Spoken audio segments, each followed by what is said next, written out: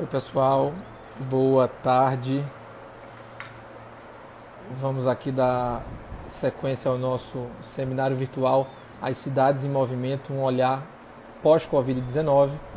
Hoje começando com a professora Daniele Rocha, que eu já vou colocar para entrar na nossa tela. Estão todos me ouvindo bem? Por favor, alguém responde, que a gente já fica tudo ok. Oi, Daniele, tudo bom? Oi, Rafael, tudo bom? Tudo ótimo. Tô Tá me aqui, ouvindo bem?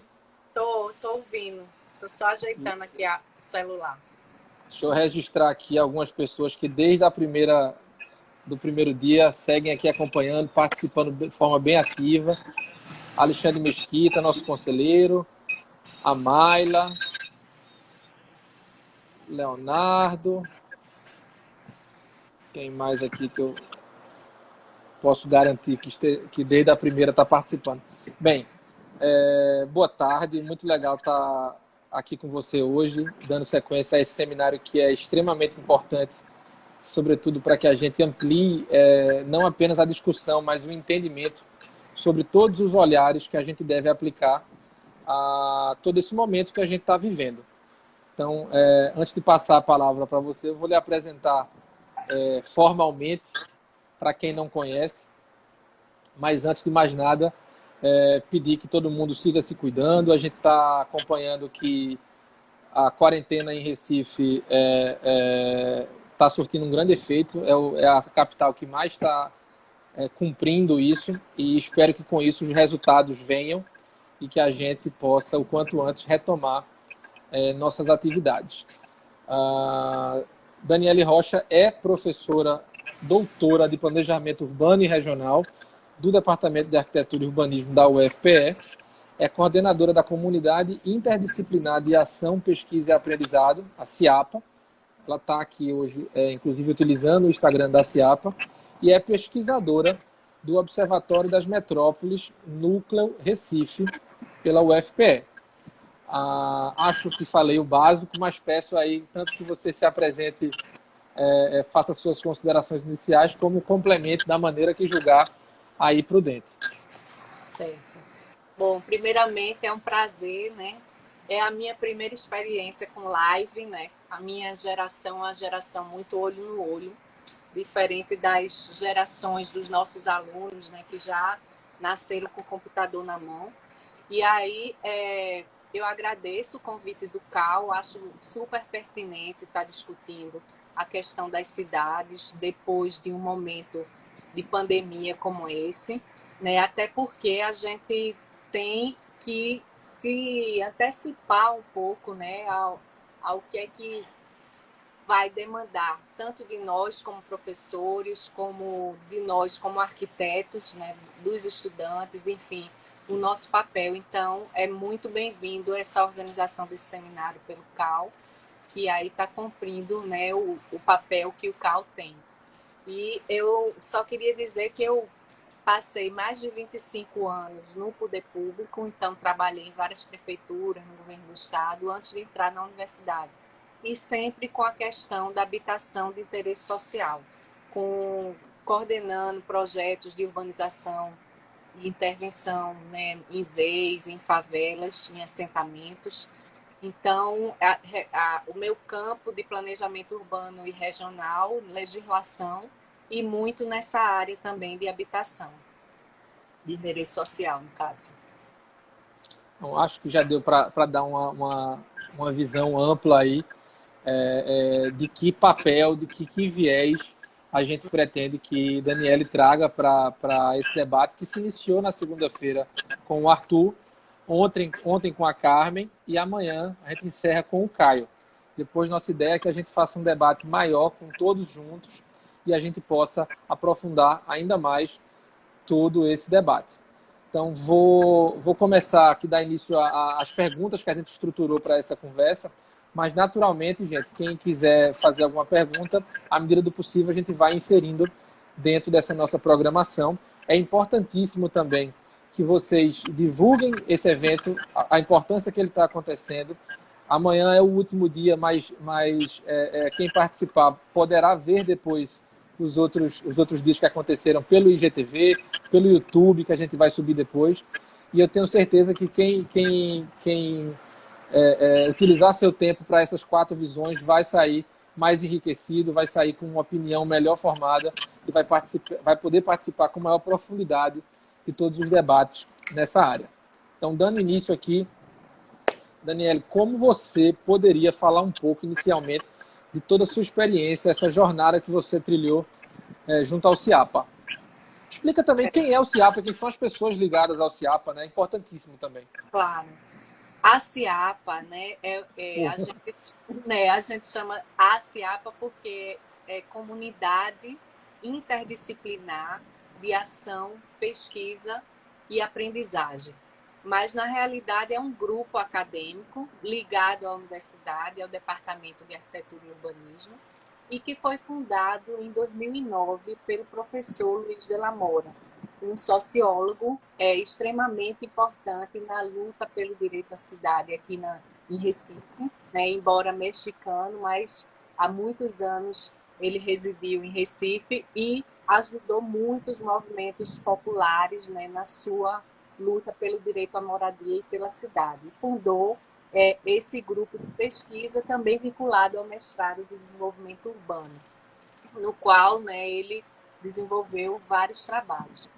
Nós entramos na universidade, eu estou há 5 anos na UFPE como professora, então eu me vinculei desde esse momento à CIAPA, assim como outros professores. Tem o professor Ronald, que é engenheiro, tem o professor Fabiano, que também é professor na área de projeto, e o professor Bruno Lima, também na área de projeto.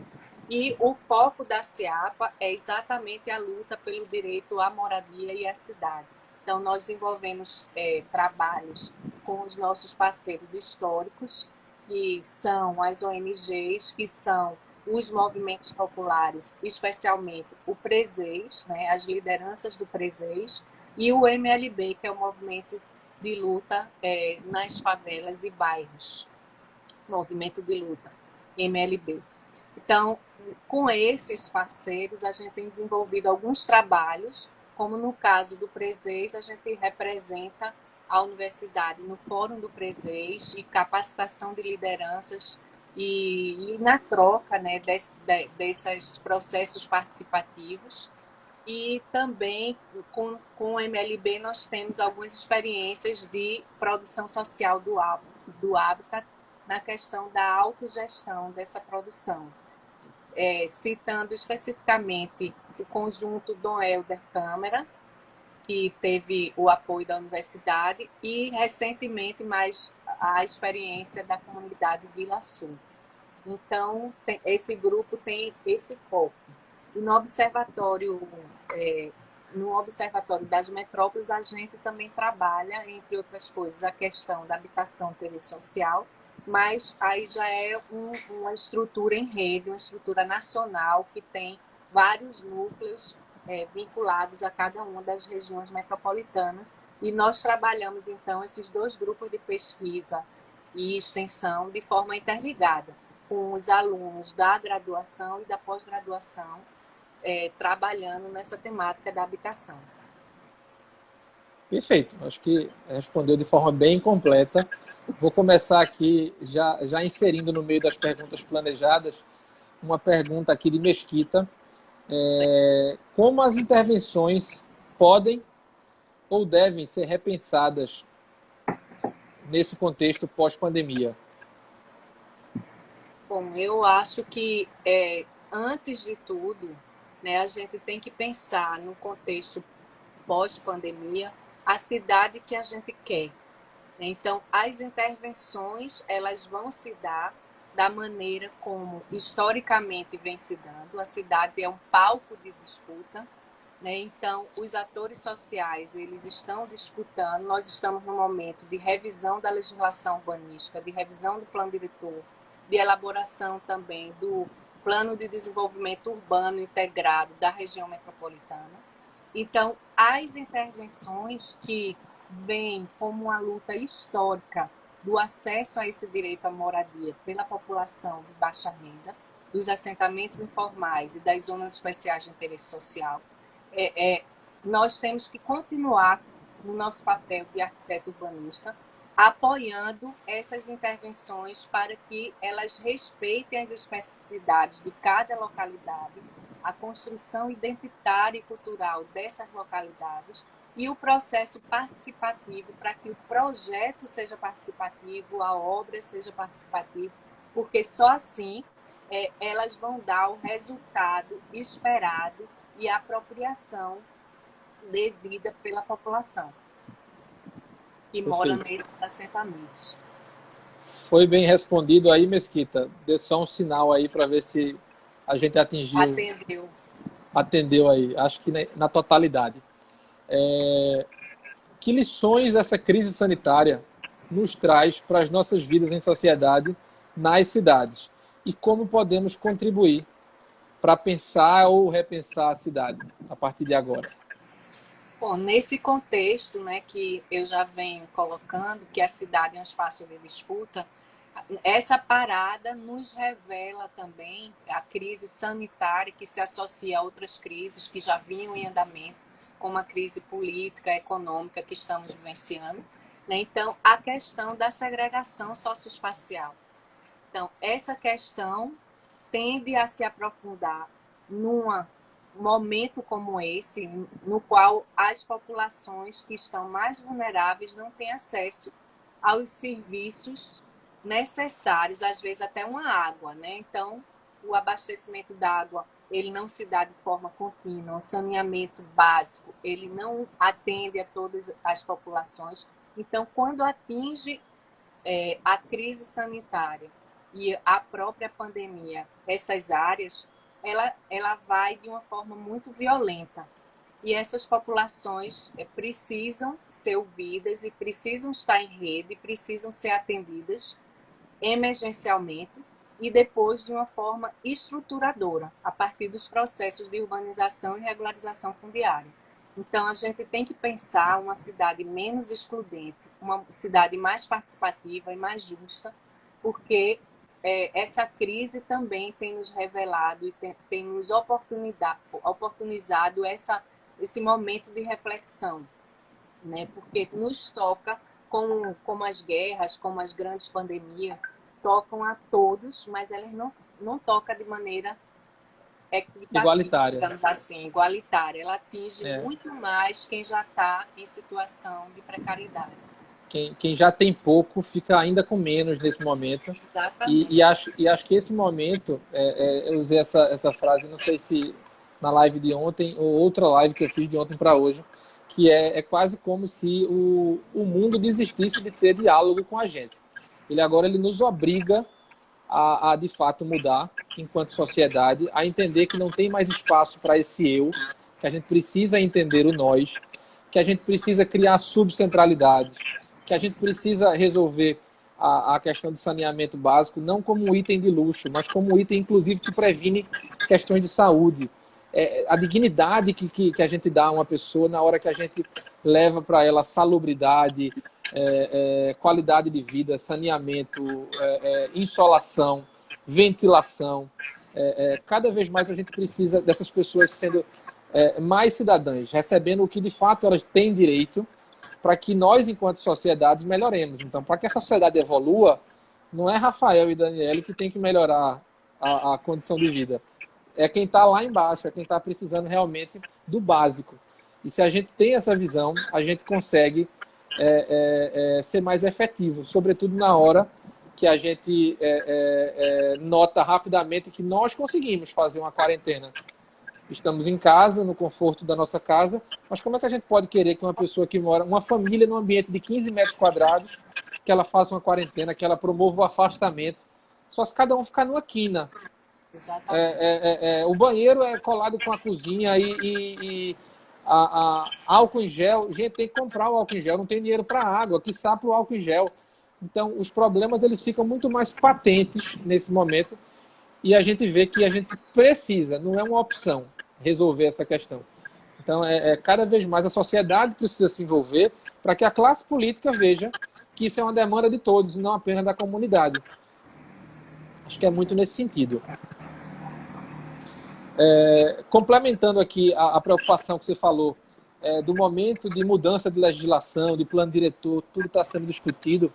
Quais são os possíveis impactos que você prevê nas legislações urbanas e na elaboração dessa cidade que a gente tanto quer, que mais do que nunca ficou claro o que a gente precisa fazer?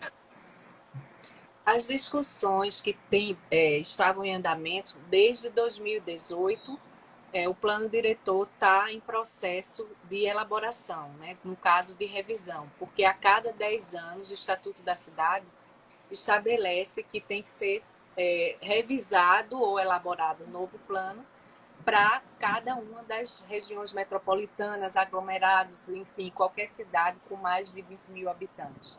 Então, Recife vinha fazendo o seu plano diretor, que foi encaminhado para a Câmara no final de 2018 e passou o ano de 2019 na Câmara.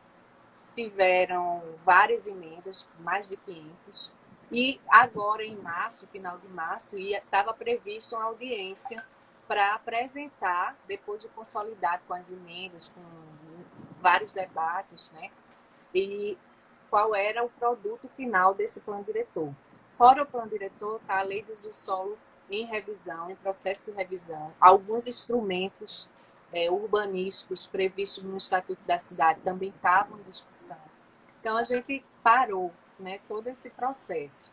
Pós-pandemia, a gente vai ter também um processo de eleitoral. Então, não sei como vai ficar a questão da Lei do Uso do Solo. Mas o Conselho da Cidade vinha debatendo, inclusive exigindo mais participação. Foi formado um grupo, Articulação Recife de Lutas, que envolve vários movimentos sociais, inclusive a CIAPA faz parte, que vinha reivindicando esse processo participativo e contribuindo também com a discussão do plano diretor, e, sobretudo, por conta dessa visão de que a cidade é um espaço que se disputa. Então, a resistência desses assentamentos e a transformação de assentamentos precários em zonas especiais de interesse social garante, o mecanismo que garante a permanência. Então, Brasília Teimosa está ali, Entrapulso, Coque, Coelhos, porque são os eixos reconhecidos pela legislação urbanística. À medida que a legislação urbanística abriga esses instrumentos, então ali existem parâmetros urbanísticos que fazem com que aquela população se proteja. E o PRESEIS é o modelo de gestão que as lideranças dessas ex, eleitas pelas ex, podem trabalhar de forma participativa o plano urbanístico de cada uma dessas áreas para ser implementado o processo de urbanização e regularização fundiária. É um instrumento que tem mais de 30 anos, então precisa de 87. Recife foi referência em várias cidades brasileiras e ele permanece. Agora precisa de um fortalecimento do instrumento, tanto das lutas das lideranças comunitárias, como do próprio poder público, da institucionalização e do respeito mesmo a esse processo participativo. Então, acredito que a legislação pós-pandemia vai novamente voltar a esse debate, e esse debate o tempo todo ele está em disputa. Então, a gente vê, por exemplo, um discurso do mercado colocando que as EIs são um problema, que devem, no caso, uma visão higienista, enquanto que o entendimento de quem tem a sensibilidade e reconhece que a moradia é um direito, então o direito à cidade não é um privilégio só de uma classe, né? O direito à cidade é para todos os cidadãos, todos os cidadãos. Então, a gente tem que se engajar e tomar posição nessa luta também, ao lado desses movimentos sociais e ao lado desses moradores, para viabilizar essas condições de habitabilidade que são necessárias para superar não só uma crise como essa, mas as condições de vida de uma cidade mesmo. É bem como o Alexandre diz, participação é a chave, as pessoas têm que se empoderar, e essa briga pela cidade deve crescer e cada vez mais focar nesse diálogo, nessa construção conjunta, quando é possível. Às vezes não é, e a gente tem que adotar outros parâmetros para conseguir o que acha justo, o que acha certo. Eu entendo que isso é super natural. A Estela fez aqui duas perguntas que eu vou juntar numa só. Devido a esse novo estilo de vida que a gente já adota e que certamente vai impactar no nosso novo normal, né? Porque eu entendo que o normal de antigamente não é mais o normal do futuro. Se você entende que isso pode impactar ou se deveria impactar no plano diretor, se você acha que ainda há espaço, até mesmo legalmente, e se você enxerga alguma conexão entre a mobilidade, os problemas da ATIS e o Covid, como a gente vive hoje, esse momento pós-Covid. Está tendo uma discussão em várias lives que estão surgindo sobre o modelo de cidade compacta da cidade contemporânea, que é o modelo que a gente entende que economiza infraestrutura e ajuda a questão do desenvolvimento sustentável e da mobilidade urbana, focada mais na questão dos modais ativos, como a mobilidade do pedestre, as bicicletas, e também a prioridade ao transporte público, né, de qualidade. Então, Recife já tem um plano de mobilidade em andamento, já existe a Política Nacional de Mobilidade Urbana, então existem instrumentos legais para se ter uma cidade onde a mobilidade priorize um tipo de mobilidade mais sustentável, que é a mobilidade urbana sustentável, é o novo paradigma. Então, essas discussões estão refletindo, será que, a partir da Covid, a gente vai voltar ao tipo de cidade dispersa, que era a cidade do modernismo, como Brasília, então a cidade do automóvel, a cidade... mas, a meu ver, eu acho que não há espaço para essa volta, né? Então, a gente vai continuar dentro desse paradigma da cidade compacta, das infraestruturas, que é o paradigma que o próprio plano diretor está trazendo, né? Eu acho que a mudança que vai ter é porque ainda vai ter uma audiência pública na Câmara, ainda vai ser apresentado a versão final, mas assim, está no final de uma gestão, né? Então essa gestão em 2020 vai ter que assinar esse plano diretor. Acredito eu que, né, nós teremos o plano diretor de Recife agora no ano de 2020. E esse impacto que a gente tem, o teletrabalho, a questão do ócio criativo, né, que a gente está sendo estimulado, o tipo de educação à distância, são alguns hábitos novos que estão se incorporando, mas só para uma fatia da população. Vocês estão vendo aí a discussão do Enem, né, que ele não atinge da mesma maneira toda a população a possibilidade de ter acesso a computador, à internet, a uma rede. Então, do mesmo jeito, nós que somos uma universidade pública federal, então nós não estamos tendo aula virtual, porque grande parte dos nossos alunos são alunos que podem não ter esse acesso a esse instrumento. Então, os processos participativos, os processos de aprendizagem têm que, a meu ver, continuar no normal anterior, né? Embora a gente vá incorporar alguns hábitos pós-pandemia, né? E que são esses hábitos de incorporar também o teletrabalho, a questão da preocupação com a higiene. Eu não sei se a rede de saúde que está sendo estruturada, né, ela vai permanecer, mas a gente tem que ter em conta que a gente está no momento político, né, onde é um acirramento da visão neoliberal e que a gente tem até em andamento uma restrição das contas sociais, dos orçamentos sociais para a educação, para a saúde. Então, foi aprovada uma legislação trabalhista com perda de direito, foi aprovada essa restrição dos gastos públicos nas áreas sociais, E a gente tem, né, essa estrutura que permanece. Ainda é um grande desafio que a gente, né, continua no pós-pandemia. Que os Os municípios, desafios, né, é, os desafios só crescem. só crescem. Eu acho muito interessante essa relação que você fez da cidade compacta com Brasília, trazendo aqui para o debate uma discussão similar, mas sem tratar de Recife. No ano passado, num dos eventos que a gente fez em Petrolina, César Barros apresentou o plano diretor que está sendo construído em Petrolina. E a questão da cidade compacta, ela traz uma série de vantagens sob a ótica do custo da infraestrutura.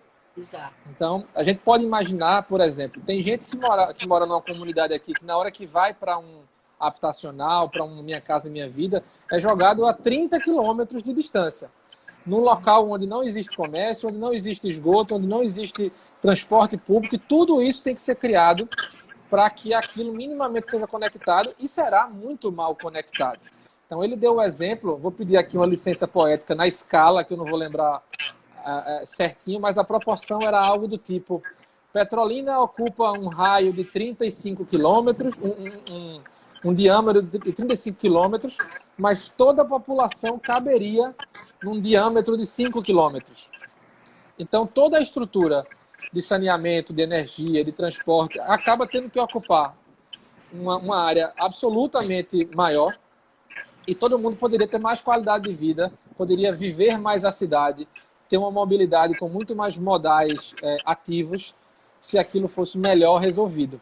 Então, o dinheiro acabaria sendo muito melhor aplicado. Então, é importante essa análise, essa comparação, para que a gente perceba os pontos positivos, que eu vejo muito poucos, em que as pessoas morem muito distantes. Eu sinto que muitas vezes existe quase que uma amputação na hora que você tira uma pessoa e joga para ela uma vida naquele local, você joga ela 30 quilômetros dali, onde ela não se conectará mais com toda a região, todo o entorno que ela tinha. Ao passo que a gente tem no centro hoje edifícios abandonados, terrenos subutilizados, e seria inclusive mais barato na ponta do lápis, na hora que você coloca todo esse custo em infraestrutura, construir a habitação popular no centro. A cidade precisa ser vivida e é possível construir a habitação popular no centro, fora desse modelo que existe, mas modelos existem para serem recriados, reinventados e, por que não, rompidos, né? É preciso se estimular essa ocupação do centro, primeiro de tudo, para que ele tenha vida.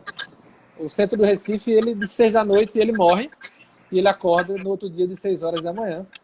E tudo isso poderia ter uma vida maior se existisse gente morando lá. Então a ATIS poderia ser, inclusive, uma ferramenta de ocupação e de revitalização da cidade, e não só ter o aspecto social. Acho que é um viés muito importante que poderia ser explorado. Deixa eu... Pode falar.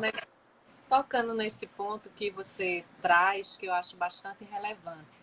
Então, Recife tem um déficit habitacional de 71 mil e nós temos 35 mil imóveis vagos, né? Então, existe toda uma luta, inclusive tem uma pesquisa feita pelo Habitat da Humanidade, desse processo de ocupar esses imóveis vazios para habitação de interesse social.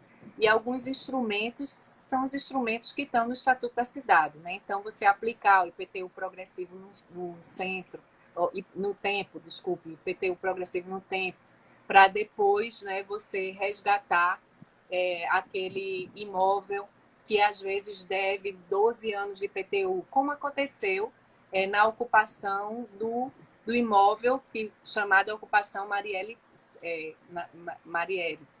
no centro. Então, essas ocupações e a habitação de interesse social nesses imóveis traria tanto a vida, quanto também estaria contribuindo para cumprir a função social da propriedade. E aí, isso sim é uma luta que faz parte do plano diretor e faz parte das lutas dos movimentos sociais. Acho que é uma forma de enxergar que acaba sensibilizando mais gente, inclusive. Então, não é só um direito à cidade. É um direito à cidade, mas também você dar dignidade às pessoas, você oxigenar o centro, você revitalizar o centro, ocupar uma área degradada, e enquanto cidade todo mundo sai ganhando, independente de você estar indo morar ali ou não, mas a segurança da cidade muda e o nosso conceito de cidade acaba evoluindo se a gente trabalha nessa perspectiva que consegue agregar ou sobrepor ao primordial, que é um direito, a moradia, que é o lado social. Mas vamos seguir aqui. Como a ATIS poderia ser um instrumento mais efetivo para contribuir para melhorar as condições de habitabilidade nesses assentamentos precários, que de certa forma a gente já até comentou.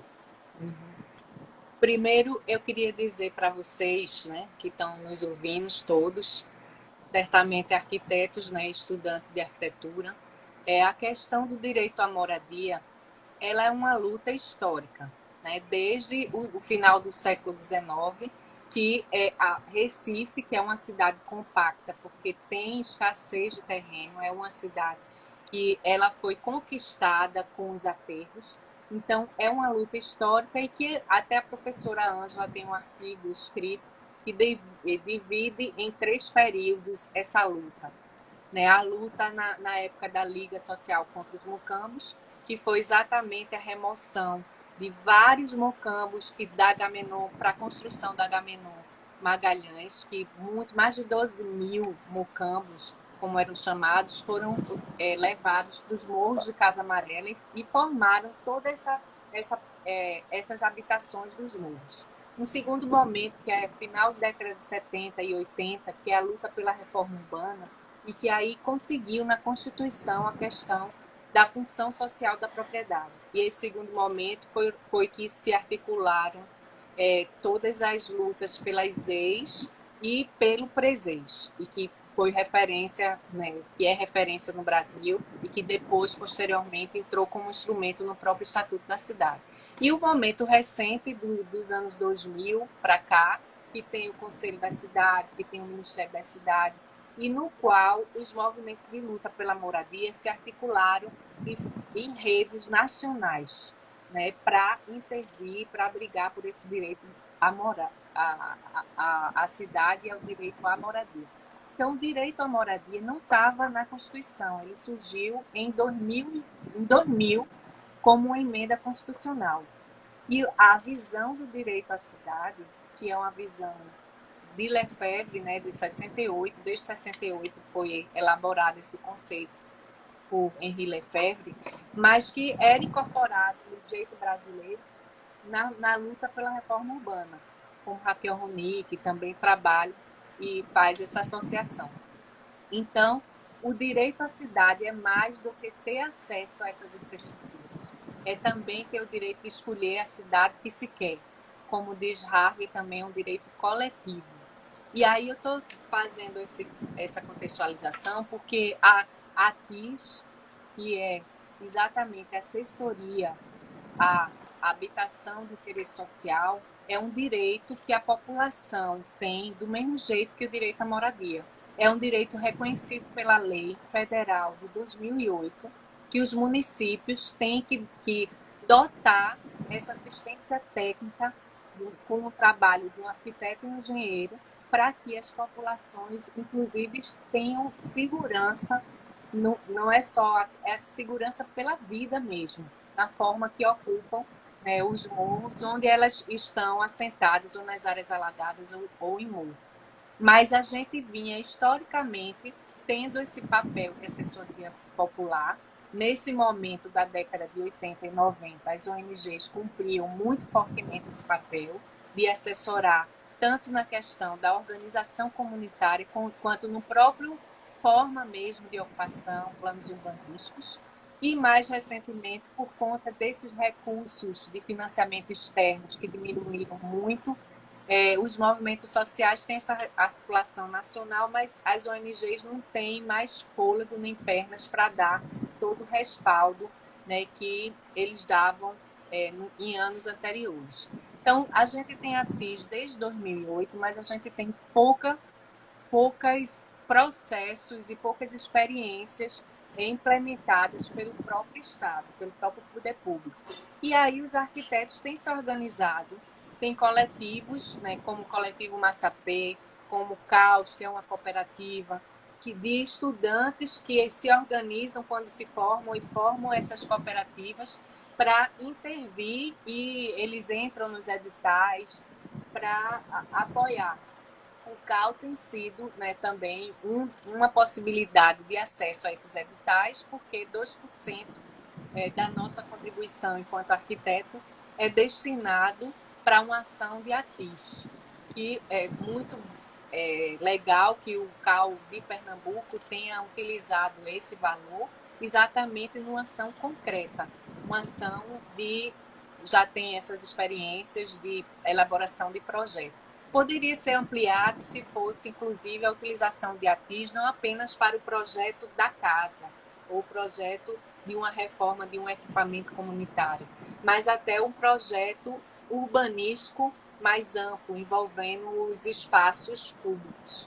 E aí você tem também outras formas de prestação de serviço, né, que os arquitetos estão tendo, os arquitetos que se interessam por essa área de habitação e interesse social, como também formando pequenas empresas que estão fornecendo, mediante o pagamento dos próprios contribuintes, dos próprios beneficiários, pequenos kits em escala maior, como cozinha, como banheiro, né? Então, também está acontecendo isso. Você tem uma experiência interessante de ATIS, que eu recomendo as pessoas olharem, tanto no site do Habitat para a Humanidade, que tem trabalhado com ATIS, quanto no site do Piabindu, que é também uma associação da USP, que vem trabalhando com o CAL de São Paulo.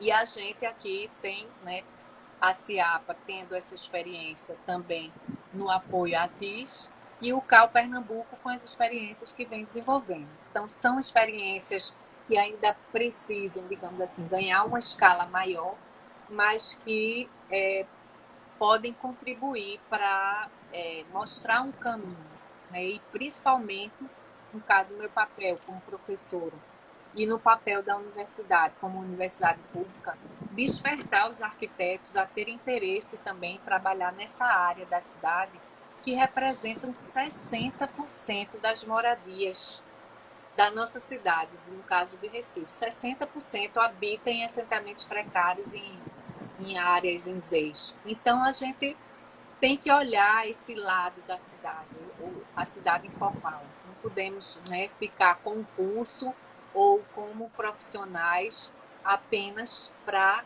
o lado da cidade formal, que é quem pode e tem condições de pagar. Aí são várias formas, né, governamentais, Minha Casa Minha Vida, enfim, disso. É fundamental não apenas o olhar para a ATIS, mas para a difusão, a ampliação desses editais que envolvam mais profissionais. Ontem a gente viu na live de Carmen a quantidade de pessoas perguntando como é que você começou a trabalhar com a ATIS, como é que eu começo a trabalhar com isso, e até complementando um pouco da resposta dela. Ela disse, meu primeiro trabalho de ATIS foi quando eu vi o primeiro edital. Eu tinha a ideia, tinha um embrião de trabalhar com isso, mas não tinha como pôr em prática. E na hora que surgiu o primeiro edital, eu pude trabalhar. Hoje, Carmen já fez 2, já ganhou 2 editais do CAL. A gente já teve anos que investiu, inclusive, mais de 2% do que é obrigatório, mas é fundamental que isso cresça dentro de um planejamento para que a gente possa envolver mais pessoas. Eu acho fundamental uma pressão popular para que projetos da Caixa Econômica, por exemplo, que financiam obras, exijam projetos para que esses projetos garantam a empregabilidade desse valor investido. Então, um Construcard no valor de R$18.000. A gente sabe como R$18.000 na mão de um arquiteto que tem a condição de planejar, de estruturar e, principalmente, hierarquizar quais são os problemas, vão fazer muito mais efeito do que simplesmente sendo executados de qualquer forma. E nesse contexto, acho que as parcerias têm que construir, tem que seguir crescendo. Hoje, os editais do CAL contam com a URB, com a Prefeitura do Recife, contam com o apoio da Federal. A Católica hoje já tem um núcleo de ATIS e também, de certa forma, colabora, mas é importantíssimo a gente levar isso também para o interior. A nossa ideia para o segundo semestre era fazer um ATIS, um edital de ATIS em âmbito estadual. A gente viu que não era possível, porque não tinha maturidade dessas comunidades, elas não estavam aptas a receber esse atendimento, essa assistência técnica, porque muitas vezes nem pacificadas elas estão, então existem muitos interesses que complicam esse investimento, mas a gente vai nos próximos 30 dias, mesmo em plena Covid, lançar um edital trazendo à luz esses problemas. Nossa tentativa, inclusive, é trabalhar em cima não de unidades que serão atendidas, mas de tipologias que possam ser construídas de uma forma que a gente consiga atingir muito mais resultado do que meramente 20 casas, 50 casas. Então, está em construção esse edital, são ideias que estão sendo ainda difundidas e discutidas, mas a nossa expectativa é sim lançar nos próximos 30 dias e dando oportunidade para que escritórios participem. Por força de lei, o CAU é uma autarquia pública e só pode fazer repasses para a pessoa jurídica. Então, a gente tem como restrição, só pode participar do edital uma pessoa jurídica. E a oportunidade que surge na hora que a gente fala com uma certa antecedência de um edital que vai acontecer é que as pessoas possam se estruturar. E, inclusive, o CAU pode ser um parceiro nessa orientação de estruturação, de construção de uma PJ, que pode ser formada por 2, 3 pessoas, mas que pode ser formada também num conceito de cooperativa, de coletivo. Você pode ter 50 pessoas dentro de uma PJ enquanto sócios e os custos ficam totalmente diluídos e essa PJ pode participar de editais não apenas aqui em Pernambuco, que até pelo tamanho do CAU acontece de uma forma comparado a estados maiores reduzido, mas hoje em dia tem edital em andamento de ATIS em São Paulo, em Minas Gerais, e qualquer empresa pode participar. Então, é um mundo que se abre. Esse dado que a Daniele traz de 60% das casas se encaixam dentro desse perfil. Tem uma pesquisa do Nordeste feita já há alguns anos, mas que eu não vejo por que ela está desatualizada, que 90% da população nunca teve contato com um arquiteto, e muito disso se deve pela falta de recurso. Então, inevitavelmente, esse é um nicho da arquitetura que será um dos que mais vai crescer. E não apenas pela oportunidade de mercado, mas também pelo caráter social, que eu entendo que arquitetos como humanistas têm que abraçar. Então, imagina se todo escritório de arquitetura pode fazer, se não via edital, um pro bono, atendendo, se não uma comunidade, uma casa, uma unidade, numa área de submoradia. A gente tem em Pernambuco hoje 500 escritórios atuantes. E imagina se a gente resolve aí, todo ano, 500 casas. Então, isso é um projeto também que a gente está estruturando para estimular escritórios de arquitetura a trabalhar dentro desse conceito de pro bono, para que a gente consiga, não apenas com um olhar de arquitetos, mas com um olhar social, abraçar essa causa e fazer nossa parte enquanto cidadãos para diminuir esse déficit que Daniele trouxe aí o dado de 71 mil residências, não é isso? Vamos, queres complementar? De acordo com o plano local de interesse social que foi elaborado há pouco tempo. Então, o dado é esse, 71 mil. Mas a visão que eu quero trazer é, não precisa que seu escritório seja de ATIS, ou você, enquanto pessoa física, arquiteto, trabalhe diretamente com ATIS, para que você faça esse tipo de trabalho. Na prática, é você querer se envolver, é querer se engajar, e nesse contexto é possível fazer muito. E conversando com o Jefferson, que é presidente do CAU Rio de Janeiro, mas tem uma ligação também muito forte com causas sociais, ele diz que a maior demanda deles lá não é nem a reforma para melhorar o conceito de submoradia, mas é a questão do registro. Então, é preciso, para que você legalize, muitas vezes, que existe uma planta, que existe um arquiteto responsável. Então, esse viés burocrático e de responsabilidade do arquiteto atestando que aquela casa atende à legislação, muitas vezes já resolve muitos casos, principalmente no Rio de Janeiro, porque tem um conceito de morro bem mais ampliado e de comunidade muito mais estabelecido. Existem, inclusive, escritórios trabalhando em larga escala em comunidades do Rio de Janeiro, inclusive com financiamento direto dessas comunidades. Então, cada cidade acaba tendo seu universo e suas peculiaridades. É importantíssimo acompanhar e se inteirar de tudo isso. Antes aqui da próxima pergunta, quem está aqui assistindo a gente também é o presidente lá do CAU, do Mato Grosso do Sul, o Dudu, é secretário lá de meio ambiente, também tem um olhar muito importante para essa questão social e um prazer ter ele aqui também acompanhando esse debate riquíssimo que a gente vem fazendo. Qual o papel das universidades e do arquiteto urbanista na construção dessa cidade desejada? Acho que, de certa forma, a gente já falou, até na minha fala aqui, o que todo mundo deve abraçar. Mas acho que a gente pode enfocar mais na questão, no papel das universidades, sobretudo a universidade pública. Sim, com certeza. Primeiro, eu queria pegar o gancho do que você estava falando, que a TIS, embora seja uma lei de 2008, então você pode ter um entendimento mais amplo de assistência técnica.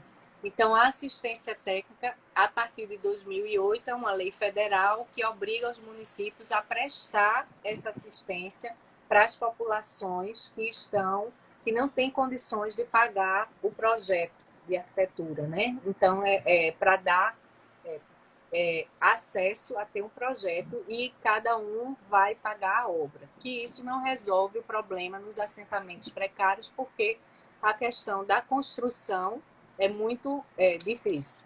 Eles são precários, né? Exatamente. O próprio precário já explica. E você tem, às vezes, assim, não é a questão só da casa, como a lei como eu falei, que a lei está muito limitada nesse sentido.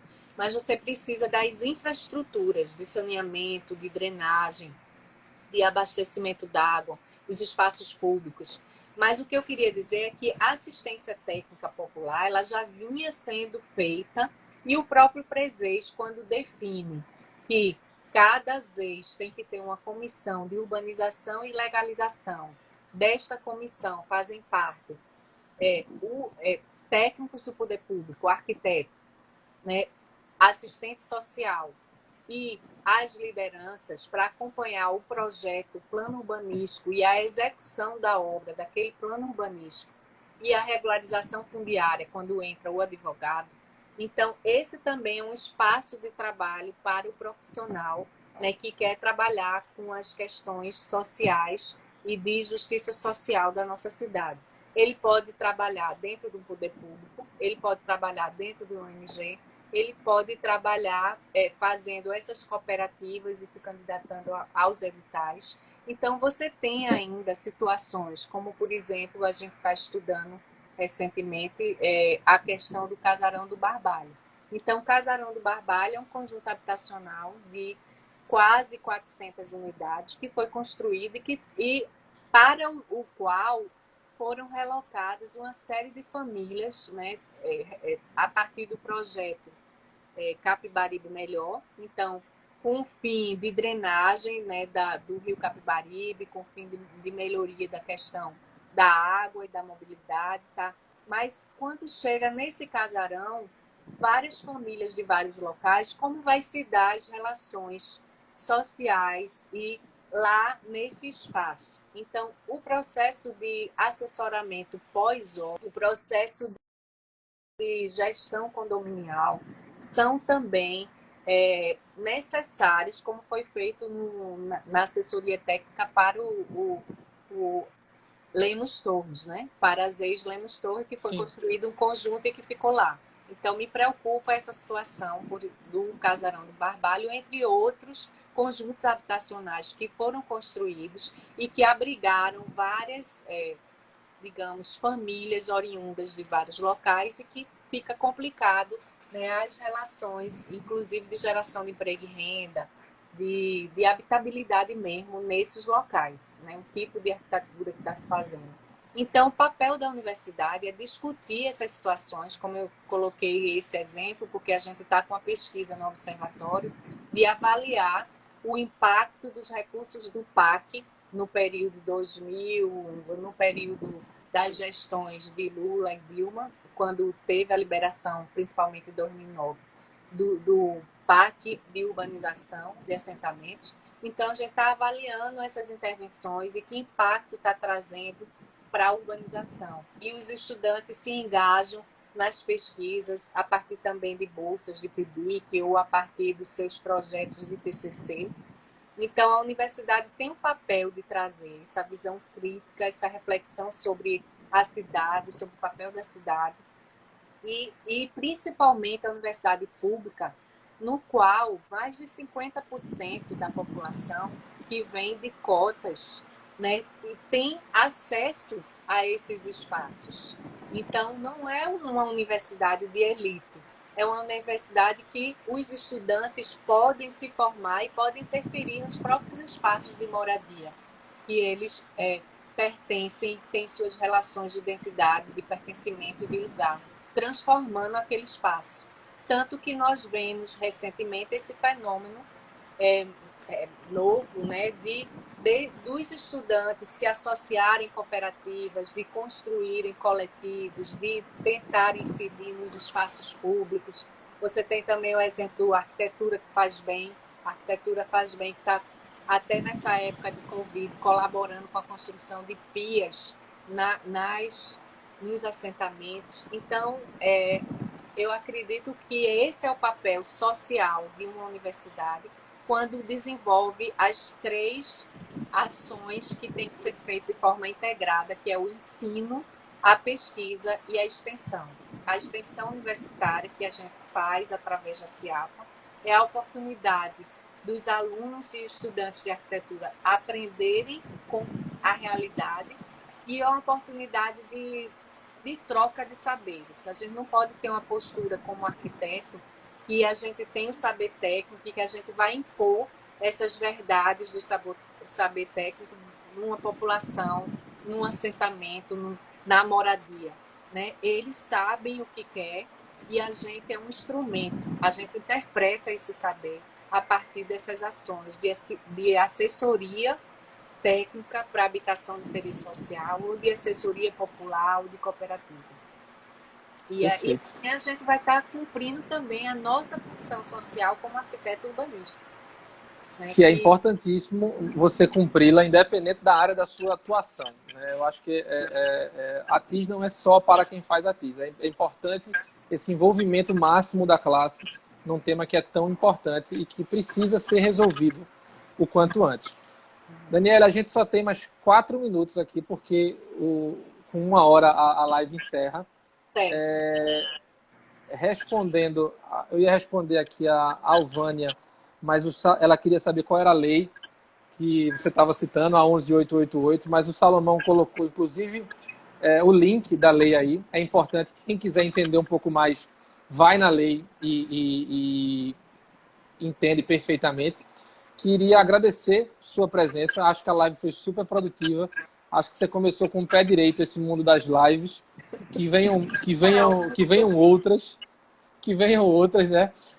Queria passar para que você fizesse suas considerações finais aí e encerramento em 2 minutinhos, que eu preciso dar meus avisos aqui para a gente encerrar. Eu queria, assim, primeiro agradecer nessa oportunidade. De qualquer maneira, não é a mesma coisa que estar numa roda de diálogo, né?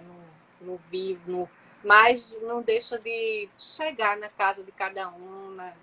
As pessoas até depois, né, que não estão aqui presentes, mas poderem refletir um pouco, né, sobre todo esse momento que a gente está vivendo e dizer assim que é importante que o arquiteto e o urbanista ele se engajem nessas causas sociais, porque para construir esse mundo mais justo, que a Constituição, desde 88, né, ele pleiteia. A gente tem muita legislação e eu estou com esperança que o plano diretor traga também as possibilidades com a regulamentação dos instrumentos previstos no Estatuto. E aí a gente vai ter um fundo para habitação de interesse social. Então, com esse fundo, vai também viabilizar uma série de projetos. Então, é um convite para que as pessoas assim estejam mais próximos e ajudem com seu papel de profissional, a desenvolver essa cidade mais justa, mais socialmente bem distribuída, uma cidade sustentável nos 3 aspectos, né, no tripé. Perfeito. Agradeço mais uma vez. Peço que você siga colaborando nessa construção desses projetos internos do CAL voltado para a TIS. Hoje você é um braço importantíssimo em tudo que a gente faz, uma referência para todos nós e que tem colaborado bastante. Então, respondendo aqui a outra pergunta, se a live vai estar salva, na hora que acabar, ela vai para o IGTV, todo mundo pode ver, independente de tempo, vai ficar no Instagram. Quem achou interessante pode, inclusive, encaminhar essas lives para colegas, para amigos que tenham também interesse. O seminário segue amanhã com a live do Caio. Hoje eu me despeço do seriado. Amanhã quem retoma é Roberto Salomão, que fez a primeira com o Arthur. E fico muito feliz com o resultado que a gente tem até agora, cumprindo esses 3/4 do seriado, já se aproximando do final. E acho que a gente complementa bem esse segundo olhar sobre a TIS, que hoje vem com um viés mais social, mostrando inclusive o olhar da comunidade, não apenas do arquiteto. Parabéns pela participação. Obrigado a todos aí por estarem conosco. Amanhã temos mais e até a próxima. Nos falamos em breve, hein, Daniele? Com certeza. Obrigada a todos aí. Obrigado. Tchau, tchau, gente. Tchau.